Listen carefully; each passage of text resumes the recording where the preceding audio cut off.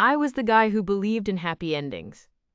For 22 years, I woke up beside the same woman, built her blueprints of her dreams, and raised two beautiful children in our home overlooking Puget Sound. A sustainable architect with a thriving firm, known for my ethical standards and handshake deals. Friends called me Honorable Nathan Reed, a title I wore with quiet pride. If you'd asked me a year ago, I would have said my life was symmetrical, balanced, built to last. Like the structures I designed. I never saw the fracture lines forming beneath the surface. Architects should know better than most. Even the strongest foundations can fail given the right pressure. And pressure had been building in my marriage for longer than I cared to admit. I first noticed the change when Elise started canceling our Thursday night dinners. 20 years of tradition. Our sacred time to reconnect amid busy schedules, suddenly expendable. Just swamped with this new hotel project, she'd text, her interior design business demanding more evening meetings than ever before. At home, I'd catch her staring at her phone, smiling at messages that disappeared the moment I entered the room. Our conversations grew shorter, her laughter rarer. I told myself that it was a phase, the empty nest syndrome hitting us both since the kids left for college. Photographs of us sailing, hiking, laughing in foreign cities covered our walls, reminding me of the adventurous couple we once were. I traced my fingers over them at night, wondering where that spark had gone. I tried everything to reignite it. Surprise weekend trips to Vancouver, tickets to the avant-garde exhibits she once would have cleared her schedule for. I even designed a conceptual project, an eco-retreat on Whidbey Island, and asked her to collaborate on the interiors. Each attempt met with polite appreciation but detachment, as though I were a client whose taste she respected but didn't share. Then came Sophia Delacroix. Recently divorced, exuding the polished desperation of a woman determined to prove her liberation, she entered Elise's life like a hurricane. Suddenly our home filled with new phrases: sexual renaissance, experimentation phase, post-marriage discovery period. Books appeared on our shelves with titles that made me uncomfortable. Wine nights with Sophia stretched past midnight, Elise returning home with flushed cheeks and distracted eyes. I remember the night everything changed with perfect clarity. Rain tapped against our floor-to-ceiling windows, the Seattle skyline blurred through rivulets of water. I'd prepared Elise's favorite wild salmon with that complicated fennel sauce she taught me to make. Candles lit, music low. An attempt to bridge whatever gap had formed between us. She was late, of course. When she finally arrived, she kissed my cheek with the automatic affection of long habit. We ate in silence, punctuated by small talk about permits and clients. Then, as I poured the last of our wine, Elise set down her glass with deliberate precision. "Nathan," she said, her voice steady in a way that made my stomach clench. "I need to talk to you about something important." Her eyes, those amber eyes I'd woken up to for more than 2 decades, wouldn't meet mine. "I love you," she continued, "but I'm sexually bored. You're the only man I've ever been with. My entire life. Just you." Each word landed like a physical blow. 22 years of marriage reduced to just you, as though my devotion were a limitation rather than a gift. "Sophia helped me understand what I've been missing," she continued, pulling a manila envelope from her bag. "What we both might be missing. I've been talking with Victoria about this too." The second blow, Victoria Chen, my business partner of 15 years, my friend, the person I trusted most outside my marriage, had apparently been consulting with my wife behind my back. "We've drafted an arrangement," Elise said, sliding papers across our custom reclaimed wood dining table.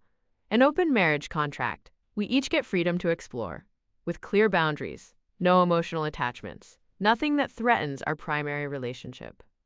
I stared at the document, unable to process the clinical language outlining how we could betray each other with permission.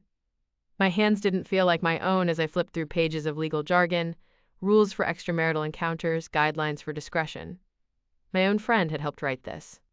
Victoria's name appeared in the footer of each page, her law school background put to use destroying my world. Something inside me shifted as I sat there, rain still tapping at the windows. The decent, reliable man I'd always been began to recede, making room for someone colder, someone I didn't recognize. I felt it happening but couldn't stop it, like watching cracks spread through safety glass. knowing the whole structure would soon shatter. "Is this what you want?" I asked, my voice strangely calm. "Yes," she answered, relief evident in her expression. Relief that I wasn't shouting, wasn't crying. She mistook my stillness for acceptance. If she had known me, truly known me, after all those years, she would have recognized the danger. I signed my name with numb fingers, agreeing to her contract without argument. But as I did, I noticed something. A clause Victoria had added, giving both parties complete freedom without limitations.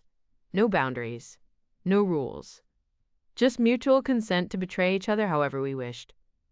That night, alone in my home office while Elise slept upstairs, I made a decision. If she wanted an open marriage, I would give her exactly that and show her precisely what she had unleashed. I began methodically, coldly. First with Sophia, yes, her own friend. The opportunity presented itself at a charity gala. Elise was caught in conversation with donors. Sophia had been watching me all night. It took remarkably little effort. A few attentive questions, genuine interest in her post-divorce recovery. 2 glasses of champagne. An offer to drive her home when Elise mentioned she needed to stay late. I made sure Elise saw us leave together, Sophia's hand unnecessarily on my arm, her body leaning into mine. The next morning, I returned home to find Elise awake, eyes red-rimmed. She asked casually where I'd been. I answered with equal casualness about Sophia's surprisingly extensive art collection. The flicker of pain in Elise's eyes gave me a satisfaction that sickened and thrilled me simultaneously. Victoria was next. My business partner was surprised by my interest but receptive. Our relationship shifted from professional to intimate with startling ease, as though she'd been waiting for the opportunity. I made sure to schedule lunch meetings where Elise might see us together, Victoria's hand occasionally covering mine, our heads bent close in conversation. Each new woman became another calculated move in a game I never wanted to play. Camila Rodriguez, our new neighbor, invited me in for coffee when I helped with her moving boxes. Olivia Winters, at the gym where Elise and I both had memberships. Even Mia and Lily, 2 young design assistants at a competing firm who flirted shamelessly during a green building conference. I pursued each connection not with passion, but precision. Ensuring rumors would reach Elise, ensuring she would witness just enough to understand what was happening. With each conquest, I felt myself becoming someone else, someone calculating, someone cruel. I caught glimpses of my transformation in bathroom mirrors, in reflective building surfaces downtown. My smile grew sharper, my eyes colder. Friends noticed the change but attributed it to a midlife renaissance. Nathan finally cutting loose after being the good guy for so long. The worst part? I was good at it. The quiet, steady confidence that had made me successful in architecture translated effortlessly to seduction. Women responded to my attentiveness, my seemingly effortless understanding of their needs. I discovered power I never knew I possessed, wielding it with increasing skill and decreasing emotion.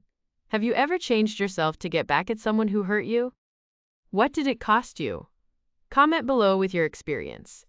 I was so focused on my revenge that I almost missed the signs of Elise's unraveling. Checking my whereabouts with transparent casualness. Tearfully examining old photo albums when she thought I was asleep. Finding torn fragments of apologetic letters in her desk drawer. Started but never finished. Her carefully constructed social circle began to collapse. Sophia, exposed through my deliberate comments as the architect of multiple failed marriages, lost custody of her children in a messy court battle. Elise withdrew from social events, quit her, quote, liberated women's circle, spent evenings alone while I stayed out late working. The final confirmation of my success came unexpectedly. James Harrington, a corrupt property developer I had exposed years ago for cutting corners on safety standards, approached me at a downtown restaurant. "Interesting turn your life has taken, Reed," he said, sliding into my booth uninvited. "Especially your relationship with Rebecca Matthews." Rebecca was a client with connections to Harrington's firm. Our brief encounter had been particularly meaningless to me, a calculated move to secure a contract Elise had wanted. "I have some footage you might find concerning," Harrington continued, showing me a thumbnail on his phone. "Would be a shame if your wife saw this." Or the licensing board. Rather than panic, I felt a cold clarity. The next day, I sent a comprehensive file to the district attorney's office. Evidence of Harrington's new fraudulent schemes I'd been quietly gathering for months but hadn't yet released. The man who tried to blackmail me was in prison within weeks. The resulting publicity made me suddenly newsworthy. Ethical architect takes down corrupt developer. I watched Elise watch me become the subject of admiration in our community. The husband she'd dismissed as boring now featured in Seattle Magazine's Influencers issue. I had won. Completely. And that's when I realized what victory had cost me. Standing in our bedroom one night, catching Elise crying silently over my latest late return, I felt nothing. No satisfaction, no vindication, just emptiness. I'd become proficient at hurting the woman I'd once loved beyond reason. What kind of victory was that? We existed in painful limbo, living in the same beautiful house but separate emotional universes. Elise tried repeatedly to apologize, to reconnect. I maintained a cold professional distance, treating her with the polite indifference of a stranger. Until the letter. I returned home one evening to find a cream-colored envelope on my pillow. Inside, 5 pages of Elise's distinctive handwriting, raw honesty without excuses or justifications. She didn't ask for forgiveness, only acknowledged that she had, quote, betrayed the best man I've ever known because I was too blind to see his value. Reading her words, sitting in my study with rain, once again tapping at the windows, I realized I faced a choice that would define the rest of my life. Continue down this path of revenge and become someone I despised, or find a way back to the man I once was. Not for Elise, but for myself. The architecture that once brought me joy now felt hollow. My relationships with women had become transactional, devoid of genuine connection. I'd won the battle but was losing something far more important, myself. That night, I made a different kind of plan. Not for revenge, but for possible redemption, though not immediate forgiveness. I left a leather-bound notebook on Elise's side of the bed with 3 requirements. Daily honest writing about feelings, no physical intimacy for 30 days, and a decision at the end, renew our vows or end our marriage amicably. A beginning again period, I called it when she asked with trembling hope what this meant. The next month unfolded with tentative, awkward steps toward whatever we might become. Cooking dinner together in silence. Playing chess on Sundays, concentration replacing conversation. Jogging side by side through our neighborhood, matching pace without matching hearts. Through Elise's daily writings, I glimpsed the woman I first fell in love with, thoughtful, insightful, creative, but now tempered with humility and painful self-awareness. I mistook comfort for boredom, she wrote. I wanted excitement but didn't recognize the thrill of being truly known, truly accepted. For my part, I began dismantling the man I'd become, ending the hollow relationships, declining invitations from women who'd come to see me as available, recommitting to the ethical standards that once defined me. On the 30th day, I took Elise to our vacation home on the Washington coast, where we'd spent our honeymoon. The same driftwood-colored beach house, the same thundering Pacific.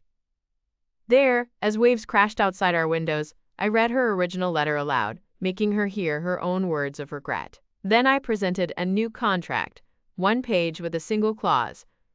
We, Nathan and Elise, commit to faithfulness, love, forgiveness, and keeping each other until the end of our days, regardless of what the past has held.